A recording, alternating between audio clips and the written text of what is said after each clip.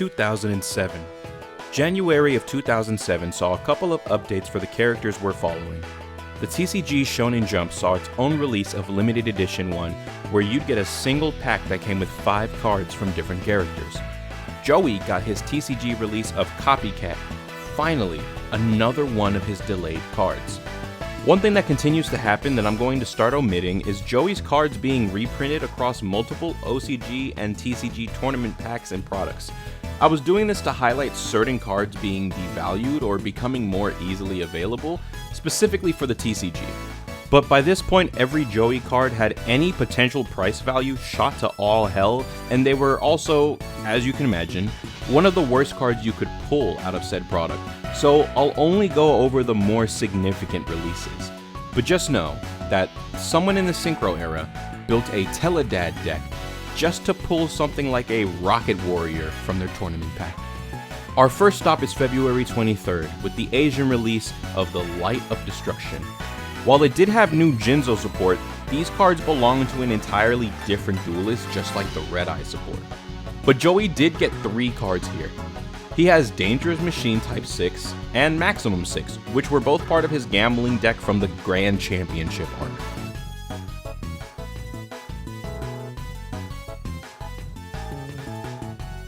Lastly, Joey finally had his TCG printing of the Divine Knight Ishsark a whole 3 years later, though it was a super rare instead of an ultra. Not only was this not a good card for the era, but even the new gambling cards were released alongside Dice Try, a trap that specifically negates dice roll cards, as if duelists didn't already have enough answers to those sorts of effects in the first place. The Tag Force series of games was well underway by this point, and Tag Force 3 brought the Red Eyes Wyvern as its promotional card, which debuted in the anime earlier this year. As an Atticus Rhodes card, they didn't feel the need to delay this by a few years first.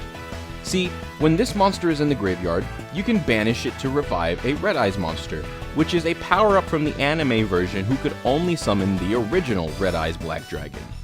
But you can't risk Red Eyes being decent, so even though this wasn't an easy effect to trigger, they kept its restriction that forbade you from using your normal summon that same turn. While it did have a good stat line for a level 4 monster, it paled in comparison to Monarchs, Lightsworns, Destiny Hero, and least of all, Gladiator Beasts. Suffice to say, this card was going to age very poorly, very quickly. Oh, and I forgot an important detail. North America never got this game. It was in French, Spanish, European English got it, but it never made its way to the States. So, American players had to wait a whole year for the Ancient Prophecy Special Edition. I'd also like to add that in 2010, the OCG would get Wyvern in Dragoonity Drive, but it was removed for the TCG version. Now, I already mentioned that Copycat was put into the August Jump promo slot, but only a handful of players have access to that. It was included as a high rarity card in Retro Pack released in the summer, but if you didn't already know, Retro Pack was a Europe-only booster set until 16 years later in 2024. So the rest of the TCG had to settle for the 2008 starter deck for their commercial distribution. The Duelist Genesis brings us to the first core booster of the 5Ds era, and with the conception of powerful strategies like a revamped 6 Samurai, Lightsworn support, Goyo Guardian, and Emergency Teleport, we also got the TCG debut of Kunai with Chain. Phenomenal. But North America was blessed with the legendary Gold series, which had reprints of devastating cards like Joey's Jinzo, but also had the first public release of Crush Card Virus, unleashing its horror on the game before finally being thrown onto the ban list for years to come. Safe to say, it eclipsed every other card in the set. We also saw a somewhat strange drop when Structure Deck Undead World or Zombie World hit the scene with a zombified Red Eyes Black Dragon on the cover. Now, Zombie World itself is still a great field spell, and this would lay the groundwork for revamping the zombie strategy forever. But this was a strange aesthetic to run with because Joey, who Red Eyes is easily associated with, has nothing to do with zombies, and neither does Atticus for that matter. That was Bones, who lost to Joey in Duelist Kingdom. It did also include a retrain of Kaiba's Paladin of White Dragon, but both of these are incredibly random. Then, for some reason, it included Magical Arm Shield. Why? Because it's a Red Eyes monster on the cover? I'm just lost. Even in this new era of cards, Konami just can't let the Blue Eyes die, so they created the White Stone of Legend tuner monster in Crossroads of Chaos, and it could search a copy of Blue Eyes from your deck as soon as it hits the graveyard, meaning it actually doesn't need to be a tuner in the first place, it just is as an added bonus. See, as a level 1 dragon, it had the flexibility for summoning all of the best generic synchros in the game. For example, playing a Vice Dragon or Cyber Dragon will let you make Goyo Guardian or Brionic. Being a dragon, you could use Stamping Destruction to clear a Bottomless, Compulse, or a Mirror Force before committing to a Synchro Summon as well. And with its low stats, it was compatible with Yusei's Cards of Consonance to draw 2. If you search for a Blue Eyes off of this, you would be thinning your deck by 3 cards, which trade-in from the Rise of the Dragon Lord structure could then flip into another draw 2. Joey also got a tuner in Crossroads of Chaos with Comrade Swordsman of Landstar. It can give warriors 400. Yes, awesome. Take that, Jump Synchron. 2009 marks the 10th anniversary of the OCG. To celebrate, they got the Collector's Tin 2009, not to be confused with the Collectible Tins 2009 that we got. It had a couple of packs from the 5Ds era with the promotional card in the brand new Gold Rare to promote the Gold Series set that dropped the same day. That promo card was, say it with me now, the Blue Eyes Ultimate Dragon. They made a point to make sure that this card was printed in every rarity, regardless of whether or not there were better options or if it was even relevant to the format. The only reason it makes sense is if they were just trying to mirror the TCG's Gold Series from last year that gave the West their first copy of the Fusion Monster. But considering this was Japan's 6th printing, the inclusion is just Blue Eyes propaganda. Speaking of which, the OCG version of Gold Series launched the new gold foil technology across the East, and in the Korean version, they received a reprint of the Blue Eyes Shining Dragon. This is so wildly out of place that it's more than clear that whoever does the decision making at Konami loves to just shoehorn in a Blue Eyes card where they can for the sake of doing it. As an aside, the core set Raging Battle had Vanguard of the Dragon, another card that works for plenty of dragons, but was better with Blue Eyes than it was with Red Eyes. Many of us might not remember this, but there was a point in time where the ban lists for both territories were released simultaneously, with most of the cards being similar. And because of the power of cards like Armageddon Knight, the warrior staple reinforcements of the army would be limited to 1 essentially for the rest of time. And while this wasn't specifically a Joey card, his deck was comprised of so many warriors that it was a necessity to playing his monsters. The restriction was also unfortunate because new warriors were on the horizon with the Warrior Strike structure deck, donning Phoenix Gearfried on the cover. It even threw in a kunai with chains, so you know it was a Joey deck. This deck was a revamp of the old Warriors Triumph deck that introduced the concept of warriors that relied on equipped cards. Except this time they decided to make all of the key monsters Gemini. This is a new monster ability like Spirit or Tune, where they're treated as normal monsters on the field and graveyard unless you summon them a second time to unlock their effects. In most cases though, this meant finding ways to get them to survive until your next turn and then wasting your normal summon on them. Until now, rituals were the worst category of monster, but this lowers the floor and associated Joey's name all over it. This won't be the last time this pops up, but for now, let's look at the deck. Just like Warrior's Triumph, this deck has 5 equipped spells, one of which is Phoenix Blade, the worst of the bunch in the first deck. Unlike Triumph, Strike doesn't get any better from here. Big Bang Shot gives you 400 instead of 3, but banishes your monster if you get MST'd or Trunated, including activating your own. Symbols of Duty is an equipped version of Monster Reborn, but it requires you to sacrifice a normal monster to activate it, and since you'll lose the revived monster if it leaves, you're just going -1. Not to mention that if you manage to pull off a Gemini summon, now Symbols is dead in your hand.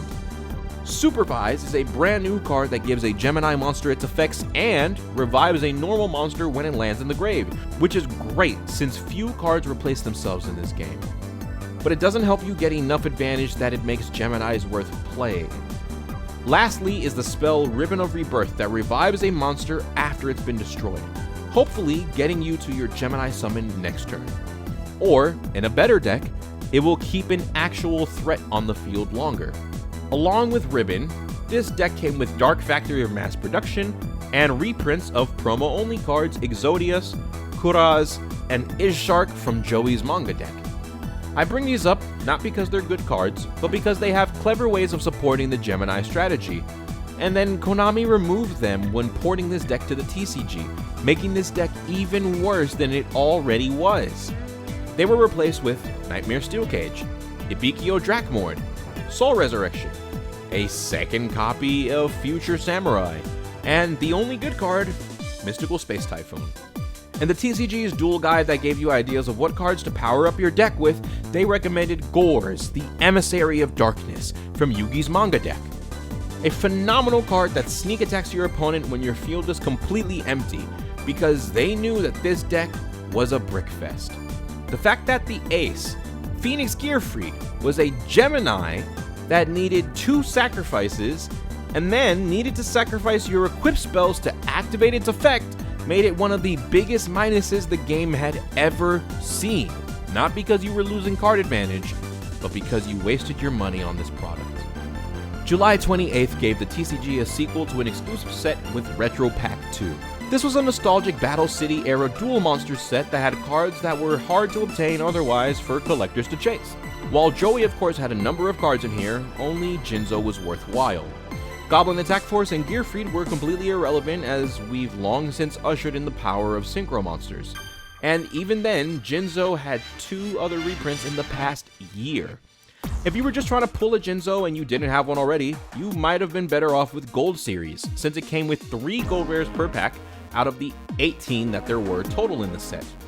And with Retro 2, Jinzo is one of only 8 ultra rares, though you weren't guaranteed to pull any foils out of your 3 packs, so you're statistically at a disadvantage. If you wanted something rare for your collection then, you could instead get your hands on the Jump Anniversary pack that came with an alternate art Jinzo hand-drawn by Kazuki Takahashi. The Jinzo would be far outshined by other cards that Kaiba fans would appreciate, like the Victory Dragon, Dragon Master Knight, and Blue Eyes Shining Dragon, all of whom were difficult to acquire and had not been mass printed in these territories up to this point. Today, in the year 2025, the Retro Pack 2 versions of these cards would be the most expensive printings on the market. Crush Card Virus had only been released in the TCG for a year, and it was causing unbelievable mayhem at every level of the game, even at its restricted status. And for anyone who wasn't able to get a copy yet, it was now a mere rare in the new tournament pack known as Turbo Pack 1. Now, win or lose, the power to wipe a board and hand could be at your fingertips. Sadly, this was the end of an era because 16 days later, on the 1st of September, the new ban list would take effect, sentencing Crush Card to be banned for the crimes it committed in children's card games. On December 19th, something strange would happen. At this time, the trailer for a new movie had dropped, and the villain had stolen Yusei Fudo's ace monster, the Stardust Dragon. But the announcement for the 2010 Weekly Shonen Jump stated that the promo card would be something called Malefic Blue Eyes White Dragon. 2010. We're finally approaching the point where things slow down with the Duel Monsters cards, so we'll hopefully start moving through these years a bit faster. First, January 9th was the release of Turbo Pack 2 that gave duelists the opportunity to pick up a foil upgrade with a super rare Foolish Burial. This was also its first reprint since the 2007 Rise of the Dragon Lord. A card this strong deserved a foil out the gate, but better late than never.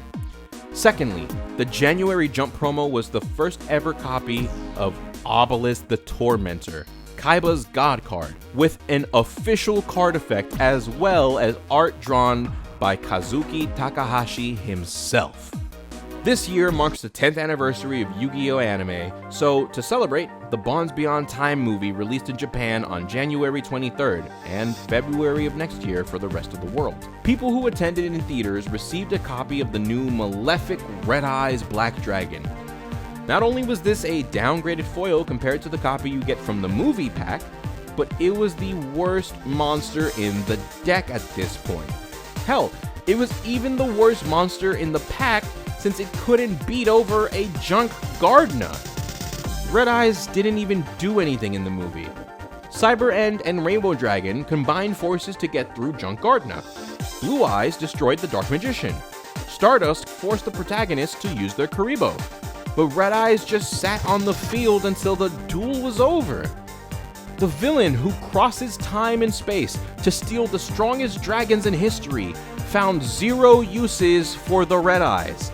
The only reason it has any monetary value is because in Europe, they misprinted it as a super rare instead, where the entire movie pack is supposed to be secret rare. This is the biggest backhand since they nerfed Cards of Sanctity. To pour salt in the wound, the March 2010 ban list moved Foolish Burial for the rest of the game's history.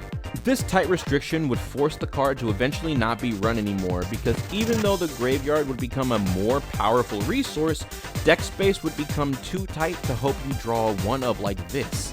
Since then, there have been 5 retrains of this card. Foolish Burial Goods is a great card. There just haven't been any meta prevalent decks that could take advantage of it yet. The rest, meanwhile, were too laughably bad to see experimentation. Sorry, Joey. Then, on April 15, come to kick a man while he's down, was Duelist Pack Kaiba. You might recall that the Duelist Pack started back in late 2005 and printed cards only the duelist on the cover of the pack ran in their deck. Back in 2009, Yugi got one, and now, 2 years later, Kaiba would have his own. Sadly, even though these are mostly reprint sets for collectors' sake, Joey Wheeler never received his own Duelist Pack the way that other best friend characters like Crow and Jesse had got it. Duelist Pack Kaiba broke boundaries in multiple ways, because while other sets in the series had either 25 or 30 cards you could collect, Kaiba pushed the limit to 40 to make room for all the collectibles in it. The only other Duelist Packs to do this were themed around several characters. It gave you We also had a reprint of La Jin's alt art from Limited Pack 3 in the OCG, and the second McDonald's promo in the TCG. Alongside this were the alt arts of Vorse Raider from Limited Edition 5 and XYZ Dragon Cannon from Structure Deck Kaiba Volume 2. You could pull the anime art of Blue Eyes White Dragon, which hasn't been printed since 2002. If Joey thought he was special with a UR Malefic Red Eyes, now Malefic Blue Eyes had an ultimate rare as well. The TCG got its first public release of Fiend Sanctuary here since it was previously only in a tournament pack, so Kaiba and Monarch fans could rejoice. It even had the first foil printing of Return from the Different Dimension, a card that had been limited back in 2008. Of course, it needed another reprint of the Blue Eyes Ultimate Dragon and Dragon Master Knights, which, by the way, this card was in 3 duels, and Kaiba was never even the one to summon it. Even in ancient Egypt, Pharaoh Atem was the one to summon it. So, yeah, monsters being stolen again. But to top it all off, this is the only Duelist Pack ever printed with ultimate rare cards. And you could pull 5 of his banned cards. Chaos Emperor Dragon, Cyber Jar, Pot of Greed, Ring of Destruction, and the new alternate art of Crush Card Virus. Why is there an alternate art of a card you aren't even allowed to play anymore? And Kaiba is stealing cards once again because every pre-5Ds character who had a Duelist Pack has played Pot of Greed, yet it wasn't in any of their packs. It is unreal how overtuned this pack was. Moving through the rest of the year now, the World Championships were held in the month of August, and you could buy a Championship Booster Pack. This, in the year of our Lord 2010, in the city of Long Beach, California, was the TCG release of Alligator's Sword Dragon. If you were a Joey fan who lived in any country outside of Asia and couldn't find the time and money to attend Worlds 2010, don't worry. It was also sold in the Worlds 2011 booster pack. And then again in Turbo Pack 8. So yeah, competitive players rejoice. Collectible Tin 2010 Wave 2 had lots of GX and Duel Monster promo cards even though it was a 5D set. And yes, I get that these were all previously Jump promos, but Magician's Valkyria had multiple reprints before this, and literally no one would have missed Dreadsight Harvester. Why couldn't one of Joey's cards go here if nothing else? It makes zero sense that his cards were delayed so badly. We're not done with the theft though. Structure Deck Merrick was released in October, 6 whole years after it was initially released in the OCG. Because it dropped so late, of course it needed some upgrades compared to its Asian counterpart. Makes perfect sense to me. But why in the world was Foolish Burial put here? It was used in a Merrick duel, but not by Merrick. Getting Raw in the grave and reviving it was one of his strategies, but in January, Raw would be printed with its effect for the very first time, and it wasn't even allowed to be special summoned. And the dumbest of all, they gave him Gravekeepers. Lore-wise, it makes perfect sense, but if you're playing a deck that says both players lose access to the cards in their graveyard and they can no longer touch their graveyards, what is the point of even stealing this spell from Joey? I'm smashing my head against the wall here. I'd also like to mention it was around this time that Konami started creating case toppers, also known as giant cards or oversized cards. Some were available for purchase with product bundles, and others were given out as prizes for YCS side events. YCS Milan distributed a giant Obelisk the Tormentor. As far as I was able to find so far, neither Joey nor the other God cards received a giant card at these events. 2011. 2011 was the transition from 5Ds to the Zexal era. Every era needs to kick things off with a starter deck. And who better to guide you and Utopia to victory than Luster Dragon and Blade Knight? This was a bit of a reboot stage of the game, so we needed more products to keep bringing in the new players. So the OCG came up with Beginner's Edition 1, with cards from across the entire Duel Monsters era, including banned cards for some reason. You can see Joey was left off of the cover to make room for Marshmallow. That about sums up the disrespect in this pack. Red Eyes is here alongside Blue Eyes and Dark Magician, as it should be. But the other two are ultra rares, and Red Eyes got demoted to super. The only other super rares he got were the Fiend Mega Cyber and Black Skull Dragon. But we have a problem. He only used the Fiend Mega Cyber in a filler arc, so most fans probably associate this with Esperoba. Giant Trunade and Jinzo are great ultras, but Jinzo had more than enough reprints in both territories. It feels like this is the only Joey card that they're ever willing to put into a set to help make sure that it sells. Now, he did get 2 of the 5 secret rare slots with Scapegoat and Meteor Black Dragon. Scapegoat was still a great card that made its way onto YCS topping decks. But with the invention of Xyz monsters came a rule stating token monsters could not be used as summoning material. Which is a shame, since they printed so many low-powered rank 1 Xyz early on that were basically unplayable without it. This meant that as the new summon mechanic became more prevalent, this card would finally fade into obscurity. There was also Meteor Black Dragon, but the Meteor Dragon was omitted here once again, so it wasn't possible to summon. Surely, you could just pull one out of another pack, right? Well, the TCG only had one in McDonald's, and outside of a tournament pack, the OCG hasn't printed one in 11 years. But hey, Flame Swordsman reprint. Duelist League 3 was held in June, and Dangerous Machine Type 6 was one of the promo cards, so you could finally get a reprint of that here. And if you weren't already sick of seeing him, you could also get a Jinzo. If you thought we were finally done with viruses, you were sorely mistaken, because 2011 brought forth Structure Deck Devil's Gate, also known as Gates of the Underworld. While Dark World has been an archetype since the GX era, they had a new level of consistency that would allow them to see YCS tops with the support of the virus cards that got reprinted here. Summer 2011. Now, while Gold Series was a product in both territories, all eyes were on the TCG as they had the superior releases with its distinct packaging, deeper set size, and more desirable gold rares. This trend would continue with Gold Series 4 Pyramids Edition. Joey and Kaiba got representation here, so let's get to the good part. Kaiba received Trade-In, Soul Exchange, another Deck Devastation reprint, and the biggest chase card of the set was the gold rare Obelisk the Tormentor, the only one of the god cards to get this treatment. It was also the legal version of the gods with its effect and alternate artwork.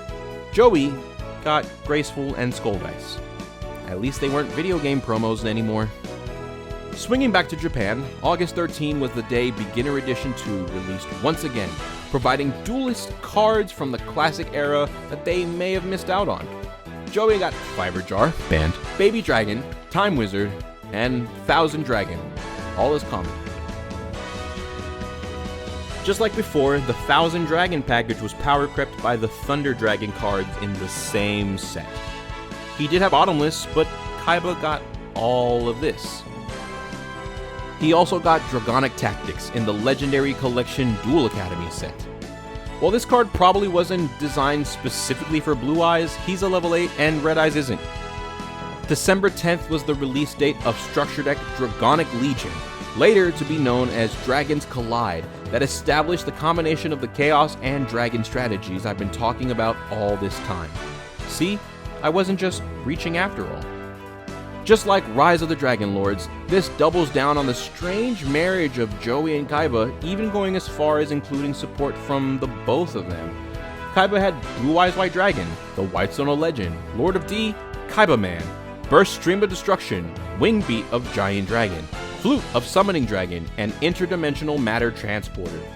Joey had Red Eyes Black Dragon, Red Eyes Darkness Metal, Black Dragon Chick, and Inferno Fire Blast. Now, on the one hand, Light Pulsar Dragon can only revive a dark monster, whereas Dark Flare doesn't revive anything. But on the other hand, the Banishing gimmick makes Kaiba's return from the different dimension that much stronger. Plus, with the inclusion of Cyber Dragon and Vice Dragon, the tuner White Stone would help you make powerful synchros. And like they say, if it works well in Red Eyes, it works better in Blue Eyes. Oh, hang on, I forgot the ban list. Giant Trunade banned for the rest of time. Megamorph at 3. Cool.